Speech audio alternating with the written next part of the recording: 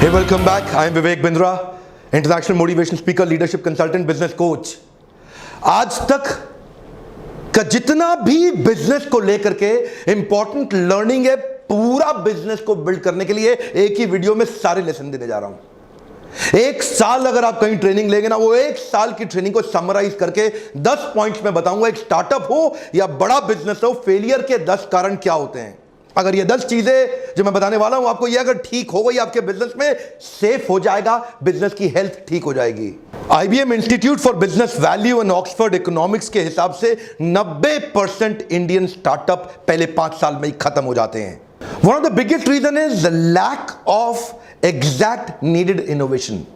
इनको मैं 10 पॉइंट्स में डिटेल में बताने वाला हूं। 2015-16 की एशिया की रिपोर्ट देखें, इंडिया ने केवल 1423 पेटेंट फाइल किए, कोरिया ने 14,600 पेटेंट फाइल किए, चाइना के 29,800 पेटेंट हैं और वहीं जापान 44,200 से ज्यादा पेटेंट फाइल करके एशिया के अंदर स्टार्टअप्स में सबसे आगे निकला है। फोर्ब्स ने मोस्ट इनोवेटिव लिस्ट ऑफ एक कंपनीज निकाली, उसके अंदर 25 टॉप कॉर्पोरेट जहां सबसे ज्यादा इनोवेशन होता है, इंडिया की 25 में एक ही कंपनी आई, Asian paints. Ratan Tata continuously अपना डिससैटिस्फैक्शन पब्लिकली एक्सप्रेस कर रहे हैं। इंडिया में एक्चुअल डिसरप्शन और एक्चुअल इनोवेशन इंडियन व्यापारियों में एग्जिस्ट नहीं करता। अगर आप चाहते हैं कि वो अपने बिजनेस को एक्चुअली बड़ा करें, ये 10 पॉइंट्स जिंदगी भर छाप के प्रिंट आउट लेके हर जगह इसको लगा लें, याद रखें। ये 10 पॉइंट्स आपके लिए मील का पत्थर साबित होंगे। 2015 में इतने खराब एक्सपीरियंसेस हुए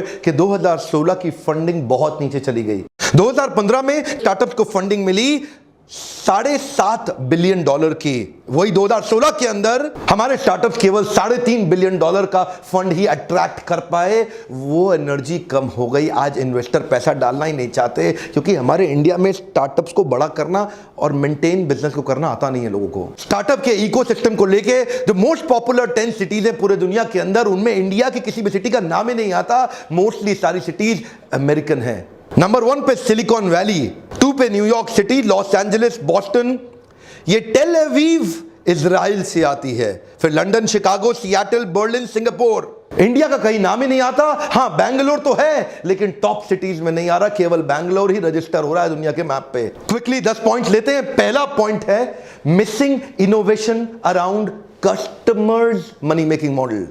सारे जितने व्यापारी हैं पहले अपने मनी मेकिंग मॉडल को कैलकुलेट करते हैं, ये नहीं देखते कि उनका कस्टमर का मनी मेकिंग मॉडल क्या होने वाला है। मेरे कस्टमर को एग्जैक्टली सफलता कहां से मिलेगी, मेरे को सफलता कहां से मिलेगी, ये सब कैलकुलेट कर रहे हैं। लेकिन जब तक कस्टमर की सफलता कैसे होगी, उसकी प्रॉफिटेबिलिटी, उसकी लिक्विडिटी, उसकी ग्रोथ, उसकी प्रोडक्टिविटी, उसका ग्रॉस मार्जिन, उसका रेवेन्यू, उसका inventory turnover, cash flow, brand equity, उसका कस्टमर एक्विजिशन और रिटेंशन, और उसकी वेलोसिटी, स्पीड ऑफ ट्रांजैक्शन, किस प्रकार मेरे कस्टमर अपने मनी को लेके ग्रो करते हैं, किस प्रकार मेरे कस्टमर का मनी मेकिंग मॉडल और रिकरिंग रेवेन्यू मॉडल ग्रो करता है। जिस दिन वो समझ में आएगा तो कस्टमर की नीड से मेरी ग्रीड पूरी होगी। पहला पॉइंट, इनोवेशन कैसे आता है, what problem are you solving in your customers life which he cannot solve on his own। Innovation किधर होगा, कस्टमर की नीड पे होगा। ये पहला पॉइंट है।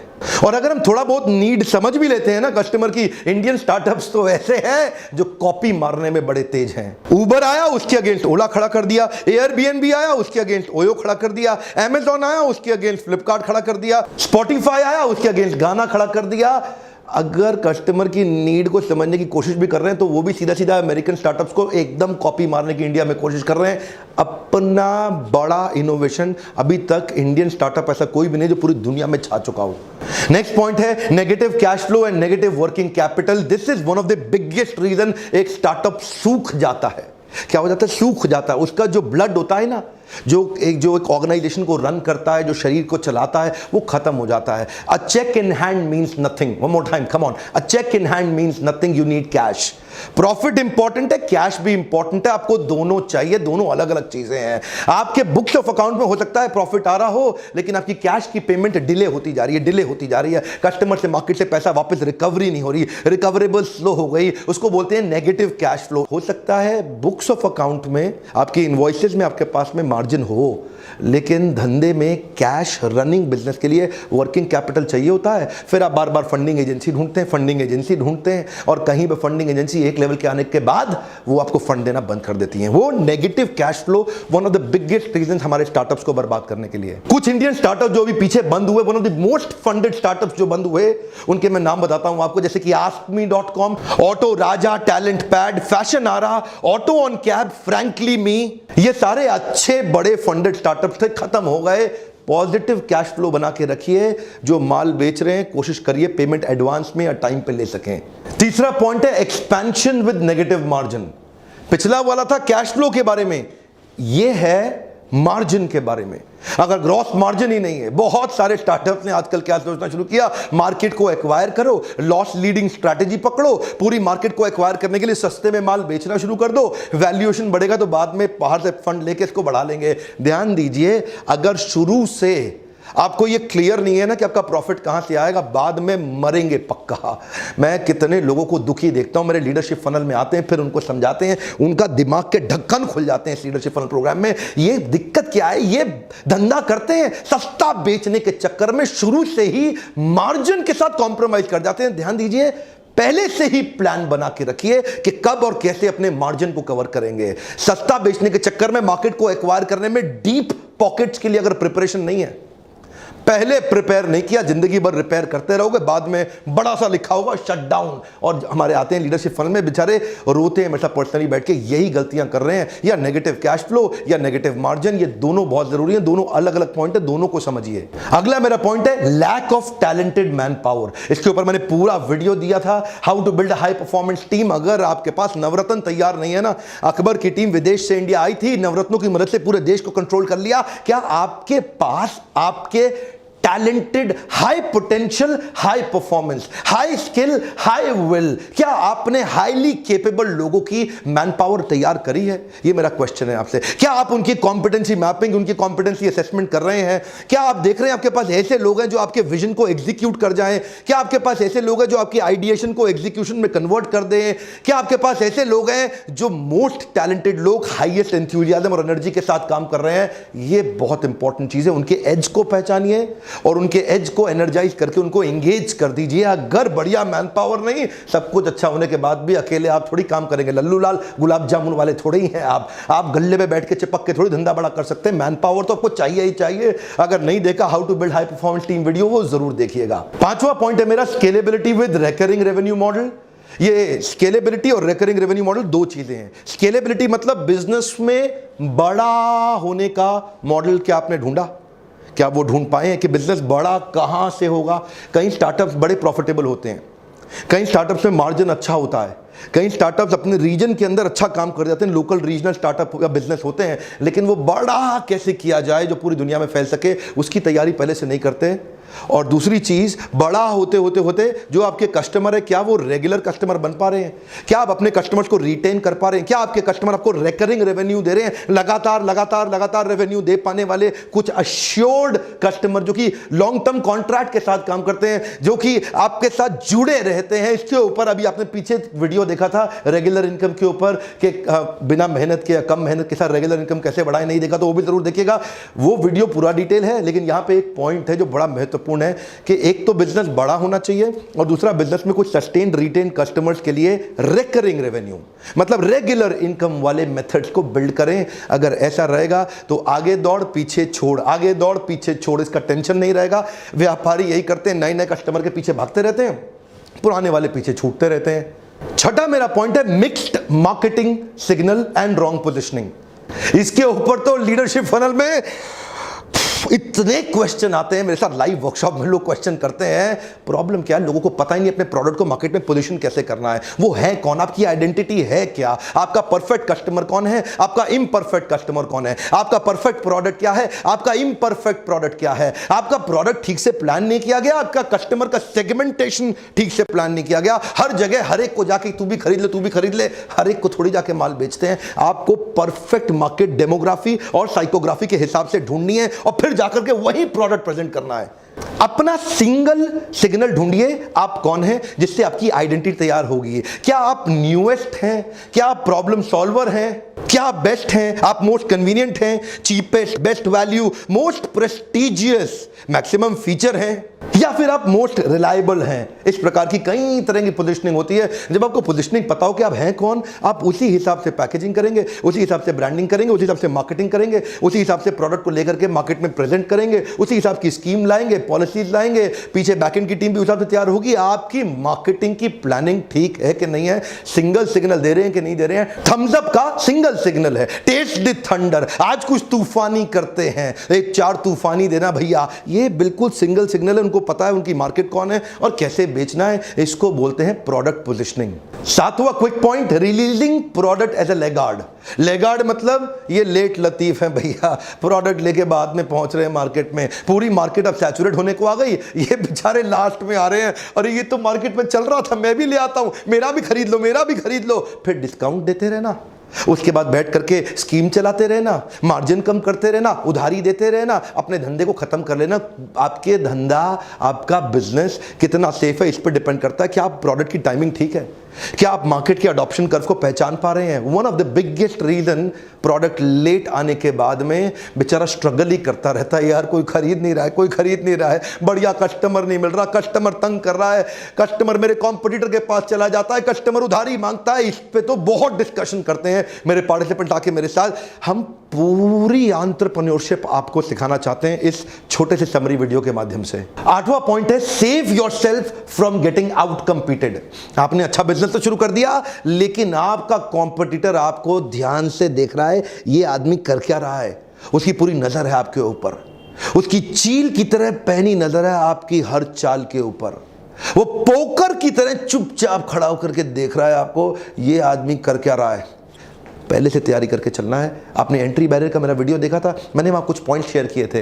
Intellectual property right, patent and licensing या प्रोप्राइटरी टेक्नोलॉजी, आप कुछ ऐसी प्लानिंग करके चलिए जो फिर आपके कॉम्पिटिटर के पास राज खुलने नहीं चाहिए। कोशिश करिए अपनी ब्रांड इक्विटी अच्छी करने की, या फिर सोर्सिंग, अपने माल की इतना सस्ता खरीद लीजिए, इकोनॉमीज ऑफ स्केल बिल्ड करके इतना सस्ती परचेजिंग कहीं से उठा ला जाए तो कॉम्पिटिटर बेचारा सोच ही ना पाए, यार ये माल इतना सस्ता बेच कैसे रहा है, उसको पता ही ना लगे। कई तरीके हैं, आपको ये नाव में सारे बैठे हैं और ये एक आगे निकल गया और बीच में बैरियर खड़ा कर दिया, रेड ओशन से ब्लू ओशन।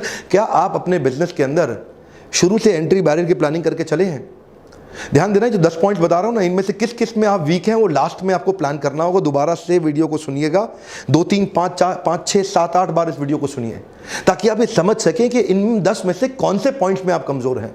अच्छा बिजनेस करने के बावजूद भी कई बार डर इस बात का होता है कि कंपटीशन, आपको कहीं बड़ा सा कंपटीटर आके आपको बाद में खा ना जाए। तो ये जो एंट्री बैरियर का वीडियो था, वो पूरा वीडियो देखिएगा, वो डिटेल में है। 9वां पॉइंट बड़ा आउटस्टैंडिंग है, missing the process of converting feedback into a feed forward. Customer आपको फीडबैक देता है, आप उसको फीड फॉरवर्ड में कन्वर्ट नहीं करते।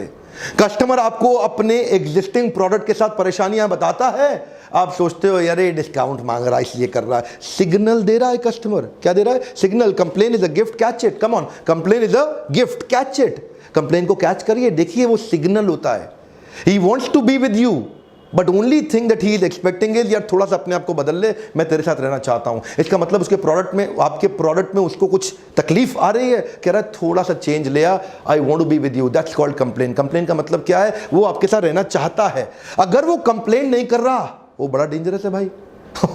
कस्टमर आपको कंप्लेन ही ना करे, चुपचाप आपके कॉम्पिटिटर पे जाके शिफ्ट हो जाए, आपको बिना बताए, वो ज्यादा डेंजरस है। कंप्लेनिंग कस्टमर बहुत बढ़िया होता है, कंप्लेनिंग कस्टमर को गले लगा लो, ये आपको बचा लेगा। Converting the feedback into feed forward, इसको बोलते हैं पिवोट। बाउंस बैक करते हैं ना, पिवोट, नया चेंज लाना। पहला प्रोडक्ट केवल ट्रायल के लिए होता है, एक बार और याद रखिएगा, पहला प्रोडक्ट केवल ट्रायल के लिए होता है।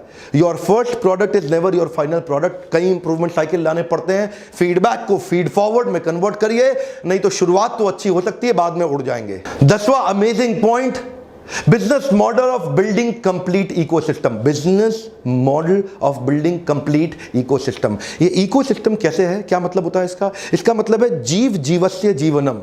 एक जीव अपने जीवन के लिए दूसरे जीव पर निर्भर होता है, एक जीव दूसरे जीव पर निर्भर है अपने जीवन के लिए, इसको बोलते हैं जीव जीवस्य जीवनम। ये एक वेब बन जाता है बिजनेस में। आइसोलेशन में, अकेले में ना करें काम, पूरी सोसाइटी कम्युनिटी के साथ मिलके इकोसिस्टम तैयार करें। जैसे कि फेसबुक एक इकोसिस्टम है बहुत बड़ा, अगर फेसबुक चला गया ना दुनिया से, अचानक पूरी दुनिया में तहलका हो जाएगा।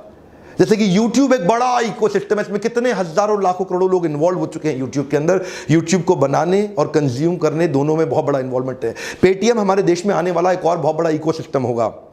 Amazon एक बहुत बड़ा इकोसिस्टम है।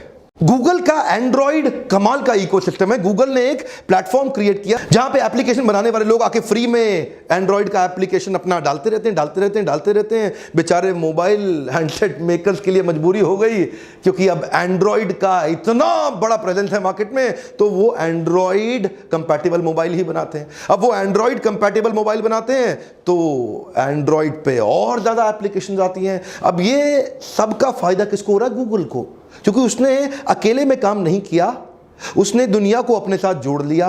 क्या आप अपने बिजनेस को अकेले में तो नहीं कर रहे? अपॉर्चुनिस्टिक मार्केट के अंदर सामने वाले को पेल दो, अकेले में मिल गया ये कस्टमर, पेल दो। कई बार ऐसा करते हैं ना लोग। ऐसा कुछ क्रिएट करिए कि दुनिया का फायदा आपकी एग्जिस्टेंस से हो रहा हो, जिस दिन आप चले गए पूरी दुनिया रुक जाए। और कम से कम दुनिया नहीं, छोटे शहर से प्लान करिए। ये सब हम लोग पूरा दिन 2-2, 3-3, 4-4 दिन बैठ के लीडरशिप फनल में इन सब पॉइंट्स को डिस्कस करते हैं डिटेल के अंदर। लेकिन मैंने आपको 10 पॉइंट ऐसे, ये बड़ा पावरफुल वीडियो, इसको दोबारा घुमा के देखिएगा।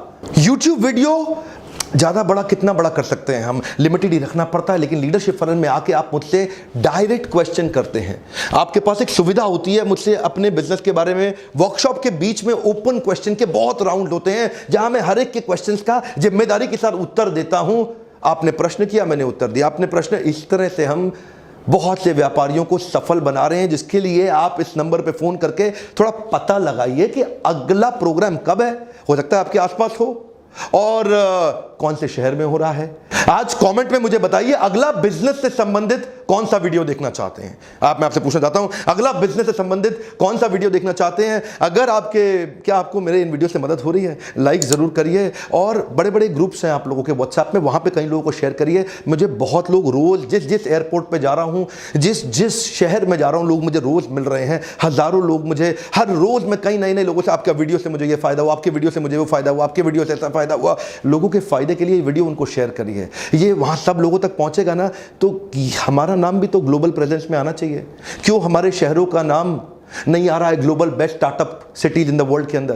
क्यों हमारे देश की बड़े कॉर्पोरेट पूरे दुनिया में नहीं छा रहे हैं? वीडियोस को शेयर करिए। कई बार लोगों के दिमाग के ढक्कन खुल जाते हैं। सब्सक्राइब आपने जरूर कर लिया होगा, दोस्तों को भी कराइए, उनसे भी बेल आइकॉन हिट कराइए। ऐसे वीडियोस देखने के लिए आपका बहुत बहुत धन्यवाद।